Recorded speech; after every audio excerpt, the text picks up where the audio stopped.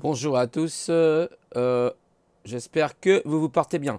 Alors aujourd'hui, je voudrais vous parler d'une personne que j'aime particulièrement, qui est psychanalyste, hein, les psychanalystes et psychologues aussi, notamment spécialisés pour les surdoués, qui s'appelle Christine Mort-Tamé. Alors elle est très intéressante, je vais vous faire écouter un petit passage. Alors j'espère ne pas être straqué, parce qu'avec toutes ces lois et tous ces trucs qui nous mettent, on ne peut plus rien regarder. Et voilà, elle parle notamment des surdoués. Alors bonjour à tous, bienvenue sur cette vidéo. Aujourd'hui je vais parler de la force, de la puissance et de la vulnérabilité chez le zèbre, chez le surdoué. Hein. Deux états très très présents dans ce profil. Mais auparavant, comme mine de rien c'est bientôt la fin du confinement, je me disais que ce serait peut-être intéressant de réfléchir et de noter ce que ce confinement vous a appris. Est-ce que vous avez découvert des choses sur vous, hein? Peut-être que vous vous êtes rendu compte qu'il y avait des choses que vous ne vouliez plus dans votre vie, ou moins, ou de façon différente. Peut-être que vous avez découvert un état ressource, hein, par exemple le fait d'avoir moins de sollicitations extérieures. Peut-être que vous vous êtes rendu compte à quel point effectivement ça vous permettait d'être plus apaisé et en même temps d'avoir une meilleure énergie. Mais peut-être que c'est le contraire. Peut-être que le fait d'avoir moins de sollicitations extérieures, au contraire, ça vous rend un petit peu apathique et irritable. Hein. Donc, je pense que c'est vraiment... Alors là, vous voyez, j'arrête parce que c'est exactement ce qui m'arrive en ce moment un petit peu. Quand elle dit on est un peu apathique, bah oui, moi c'est ce que je ressens. Et puis un peu irritable aussi. C'est vrai, j'ai une tendance à être irritable. Alors sûrement, ça doit être le confinement qui joue. Hein. Alors pas que, mais à mon avis, ça doit être une grande part en tout cas qui doit agir sur effectivement sur les personnes qui sont sensibles, hypersensibles. Hein. Ce que je rappelle, c'est surdoué, puissance et vulnérabilité. Bah oui, parce qu'en fait, elle explique d'ailleurs, alors je ne vais pas regarder toute la vidéo parce que j'ai peur d'être straqué, les amis. Je ne sais pas si je peux laisser très longtemps une vidéo. Donc j'ai laissé 1 minute. Et en fait, pour dire, elle explique combien justement il y a aussi cette volonté de puissance chez les surdoués en général, où ils commencent quelque chose, comme elle le dit, ils ne le finissent pas. Ah bah là, je me suis reconnu, hein, mais vraiment, je me suis vraiment reconnu, effectivement, elle a raison. Je peux peut-être aller un tout petit peu plus loin pour Ne écouter ce pas qu'elle dit. s'autoriser cette puissance, quand il va la ressentir, ça va l'effrayer, hein, il ne sait pas quoi en faire. Et donc, cette puissance, qui est vraiment de l'énergie, Mmh. il va la retourner contre lui et C'est ça. il va se faire du mal. Hein. C'est pour ça que beaucoup de zèbres ont des comportements extrêmement autodestructeurs. Hein. Donc voilà, donc il faut vraiment comprendre ça et comprendre que ces deux états sont complémentaires et si on regarde bien d'ailleurs sont vraiment concomitants. Mais ça, il faut l'autoriser pour ressentir ça. Hein. Mais ils sont concomitants quand on regarde bien. Et il faut qu'ils le soient d'ailleurs, hein. Mais ils le sont. Hein.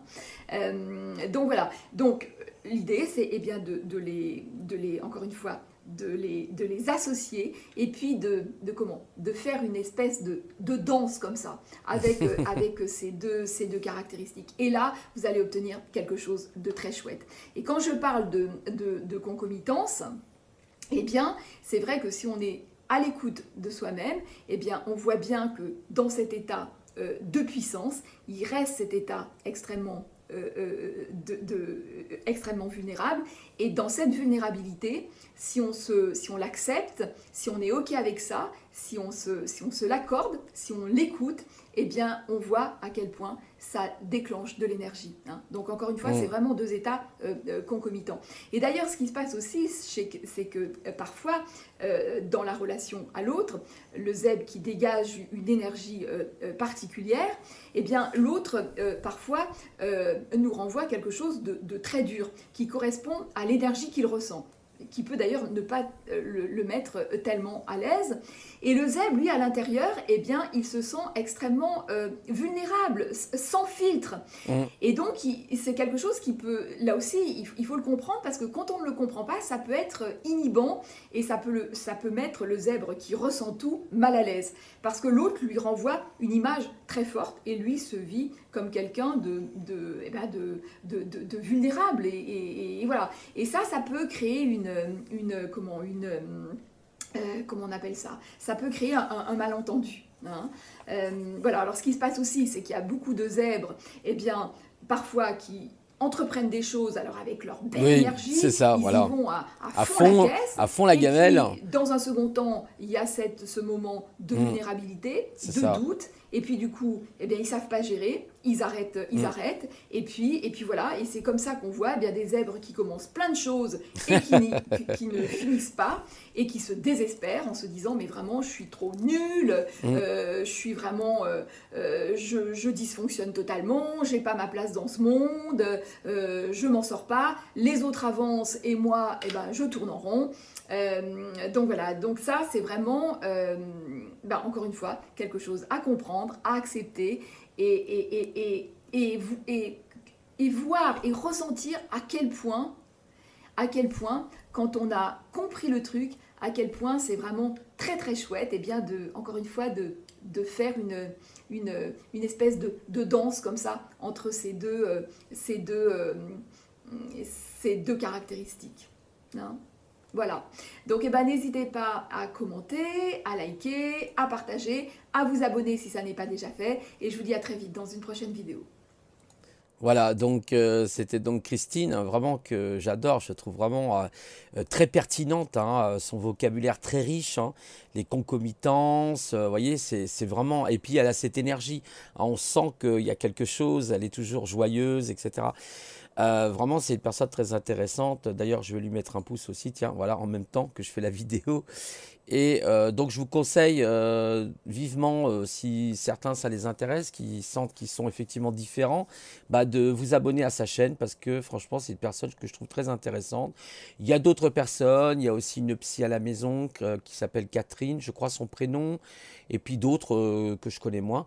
Mais voilà, donc Christine, vraiment plein d'énergie. Je ne sais pas ce qu'elle s'est fait au doigt, la pauvre d'ailleurs, elle a un pansement, elle a dû faire un truc.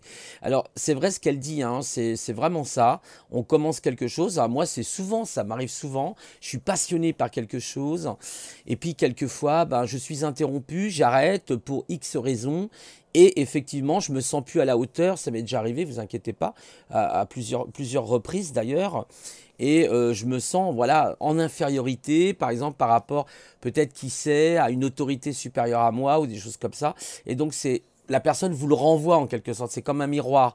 Et donc c'est très compliqué effectivement pour les zèbres. Vous comprenez la complexité pour les zèbres dans ce système. C'est vraiment très très difficile. Ce que malheureusement les normaux pensants ne peuvent pas comprendre, c'est pas une critique, c'est un fait. Voilà, on est différent, on pense différemment, on est beaucoup plus, si vous voulez, multi-rôle, on a beaucoup de choses, ce qui fait qu'on est quelquefois, et même souvent, on est même souvent éparpillé. D'où les problèmes de concentration, les problèmes de TDAH, hein, je rappelle, c'est les troubles de l'attention et de l'hyperactivité. Hein. Elle en a d'ailleurs parlé souvent, Christine, justement.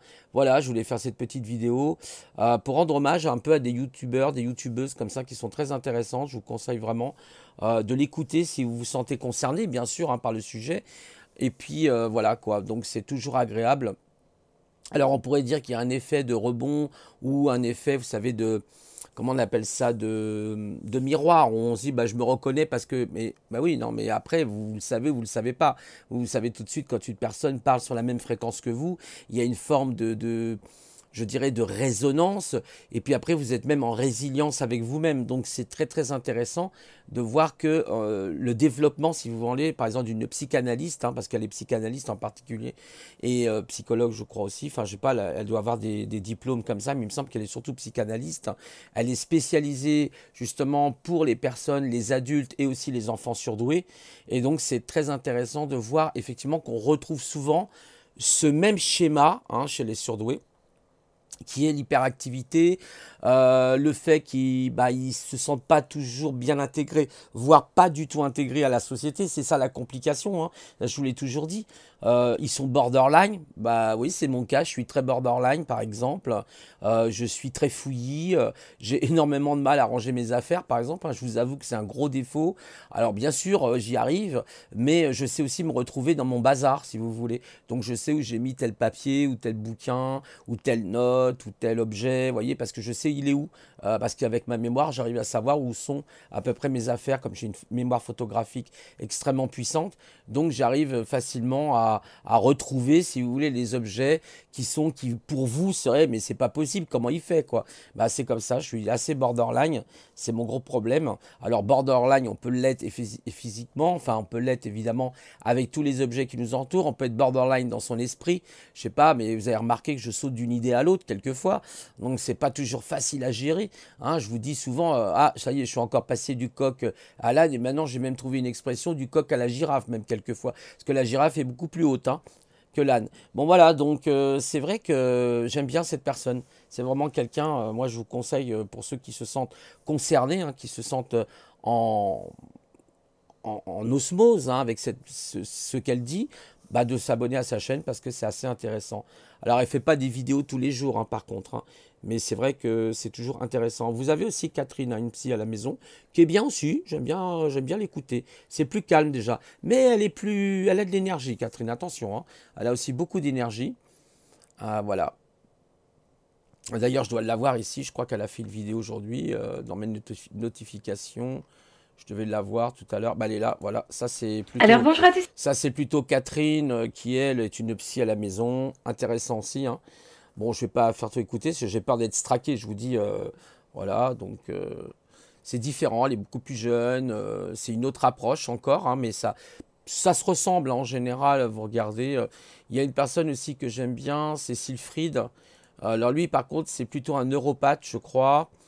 Un neurologue en fait, il s'appelle Siegfried, je vais essayer de vous le retrouver dans mes notes, sinon bah, je vais taper l'université, ouais, vous voyez en même temps mes abonnements, un peu bizarre des fois, il y a un petit peu de tout, je sais pas où c'est qu'il est Siegfried, il est là, voilà, là vous avez Siegfried. Comment faire alors là c'est autre pour chose. Rencontrer d'autres hauts potentiels comme toi, que ce Voilà. soit pour échanger sur un sujet en particulier ou pour le simple plaisir. Alors lui, il est neuropsychologue, hein, c'est encore autre chose. D'ailleurs, je suis abonné à sa chaîne, mais je suis abonné aussi sur son site.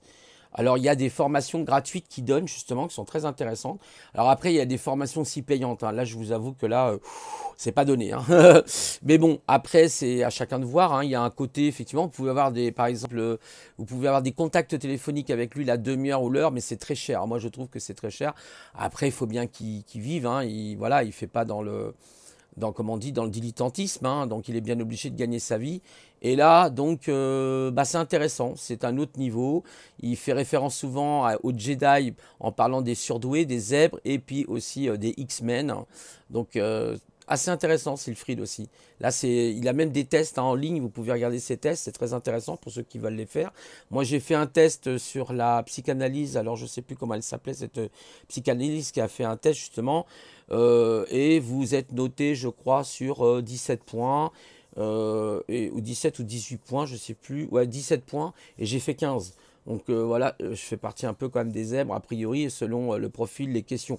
Mais là, c'est plutôt, attention, c'est pas un test dans le sens où c'est un test vraiment très approfondi et très lointain. C'est pas un test Waze, par exemple, ou si vous voulez un test psychologique, voilà, un résumé psychologique, ou c'est un bilan, voilà, c'est ça, je cherchais le mot, un bilan psychologique, non, vous avez soit le bilan psychologique et le test Waze, ou le test WAIS, il y en a qui disent Waze, WAIS, bon bref, WAIS si vous voulez, on en est je crois à la version 4, mais ça vous donne quand même, ce test de psychanalyse qu'il propose, ça vous donne quand même une ligne de savoir si effectivement vous vous sentez plutôt oui ou non sensible, hypersensible, zèbre, etc. Donc c'est noté jusqu'à 17. Si vous êtes en dessous de 8, je crois, bah, vous êtes enfin 8, à partir de 8, je crois, c'est normal. Après, c'est les hypersensibles. Et à partir de 12, c'est les hauts potentiels. Bon, moi, j'ai fait le résultat, j'ai fait 15, je vous mens pas, hein, voilà. Et c'était bien. Voilà. Donc, il y a des sites comme ça, très intéressants. Il y avait Julien. Alors Julien, c'était bien aussi. Alors je vais essayer de vous le retrouver. C'est Julien Surdoué, je vais taper. Julien Surdoué. Alors lui, il interrogeait justement des personnes. Alors je vais essayer de vous le retrouver parce que il est là, je crois. Voilà, Descendo, Surdoué, neurosciences. Je ne sais pas si c'est lui. Julien. Mais il a arrêté de faire des vidéos, c'est un petit peu dommage d'ailleurs, parce que je trouvais que c'est très intéressant. Il avait 3730 abonnés, peut-être même un peu plus. Et lui, par contre, il interrogeait des surdoués, par exemple, un futur physicien. CE2, j'ai tenté d'expliquer à mon prof. Voilà, le là, vous soleil avez. allait exploser, Je crois que c'est Luc, il s'appelle il a pas Luc, une- je crois. Tu sais, pour moi, le bac, c'est qu'un morceau de papier qu'on donne et puis qu'on te dit voilà, t'as réussi, tu peux passer au niveau suivant. Rémi, J'aimais c'est faire Rémi, des dessins de voilà. plus en plus complexes, un peu plus abstraits. Puis après, j'ai commencé à m'intéresser à tout type d'art, autant les sculptures, toutes les fabrications, les architectures. Puis après, j'ai débordé sur la musique, le piano, la composition, le cinéma. Bonjour Rémi. Salut. Voilà, vous voyez, c'est les Je formes m'appelle de. Rémi, j'ai 19 ans. Je suis en fac de sciences en L1 MPCE, donc c'est une filière générale en sciences. Je suis sur Angers. Ouais, en maternelle, j'étais bien. J'avais compté jusqu'à plus de 100. Enfin, j'étais bon, tu vois, j'y allais. Est-ce que tu savais lire Pas plus tôt. non Comme tout le monde en CP. CP Ça s'est très bien passé, ouais. Compter, en même temps aussi Ouais. En fait, j'ai appris en même temps que tout le monde, mais j'apprenais plus vite. C'est peut-être ça, la seule différence, c'est que j'apprenais très très vite. Je comprenais très rapidement comment ça se passait, alors bah je m'en sortais bien. Si tu veux, je savais déjà. Voilà, etc. Bon, je vais pas trop non plus après me faire straquer. Je vous dis, franchement, bon, bah si je me fais straquer, tant pis, hein, je fais straquer. Mais c'est vraiment intéressant. Mais bon, a priori, Descendo, Discimus, surdoué et neurosciences. Après, il fait plus de vidéos, c'est un petit peu dommage parce que je trouvais que sa chaîne était sympa et surtout qu'il pouvait faire des interviews justement de personnes. Alors ce jeune justement avait conseillé la lecture, c'est comme ça que j'ai pu me mettre en lien avec que je connaissais déjà, hein, les frères Bogdanov, hein, notamment sur le code secret de l'univers. Il conseillait vraiment la lecture de ce bouquin, mais c'est de la balle, hein, je vous assure, le livre c'est de la balle. Comment effectivement à partir des nombres premiers, on a pu créer tous les nombres non premiers avec tout simplement la multiplication des nombres premiers, vous obtenez tous les nombres. C'est extraordinaire, moi je ne savais pas du tout. On apprend aussi, bien sûr, hein, on est là pour apprendre. Et ce jeune est passionné, vous voyez, il fait plusieurs choses en même temps. Il a fait de la musique, il a fait du cinéma, tout en suivant son cursus universitaire. Donc voilà, vous avez des personnes avec un certain niveau, donc je pense que lui c'est un THPI, soit un HPI, même peut-être un THPI, un très haut potentiel intellectuel, ou tout simplement un haut potentiel intellectuel. Là c'est clair, vous avez des futurs physiciens, quoi. Voilà, pour arriver à ces niveaux-là, effectivement, il faut quand même avoir un certain niveau. Alors après, vous avez les brillants bosseurs aussi, hein. Vous avez des personnes hein, voilà, qui ne sont pas forcément surdouées et qui sont de brillants bosseurs et qui arrivent hein, par la force des choses parce qu'ils y consacrent beaucoup de temps et ils y arrivent hein, complètement. Il n'y a pas de problème là-dessus. Hein. Après, la différence, c'est que, si vous voulez, le zèbre est une personne un petit peu différente dans le sens où il a énormément de passions, souvent. Il ne les finit pas, il commence quelque chose, il ne le finit pas. Alors si, il y a des choses que je finis, hein. Quand je vous ai dit tout à l'heure, il y avait des choses que je ne finissais pas. Si, il y a des choses que je finis. Par exemple, les échecs. Bah, vous voyez, les échecs, je m'y suis mis à l'âge de 46 ans, vous imaginez? J'ai même pas commencé les échecs à l'âge de 8 ans. Et j'ai très bien joué, hein. C'est pas pour vous mentir. C'est dommage que j'ai pas des photos. Je pourrais vous montrer des photos. Bah, d'ailleurs, je vais essayer de vous en trouver une sur mon club d'échecs. Donc, je vais faire échiquier du lac. Ah, c'est du direct aujourd'hui. Hein. Il n'y a rien de préparé. Vous voyez, hop, là, c'est de l'improvisation, hein, direct. Hein. Voilà. Je vais essayer de voir si je fais critérium.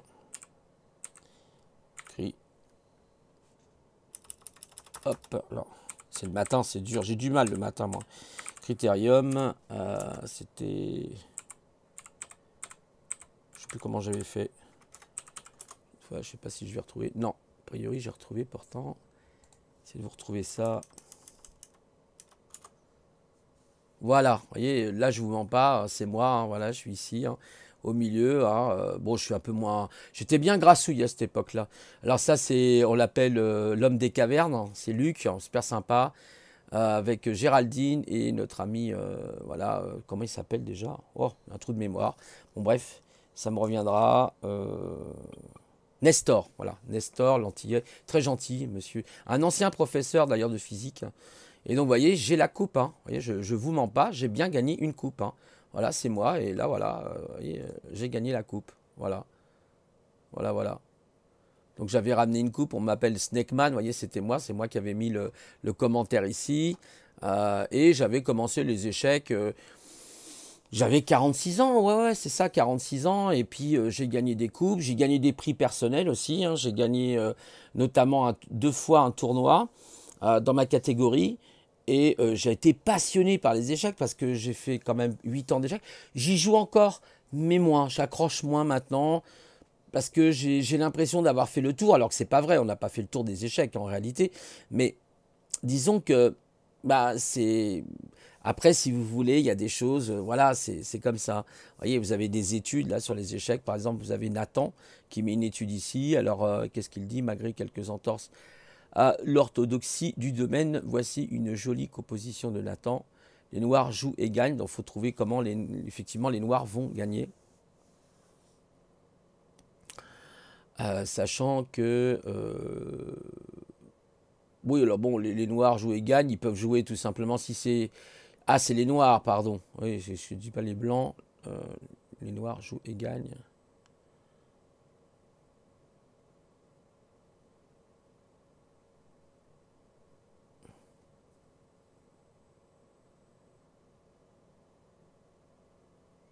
Après, il faut réfléchir en fait au coup, hein. Peut-être ça peut être dame, dame ici, il y a échec.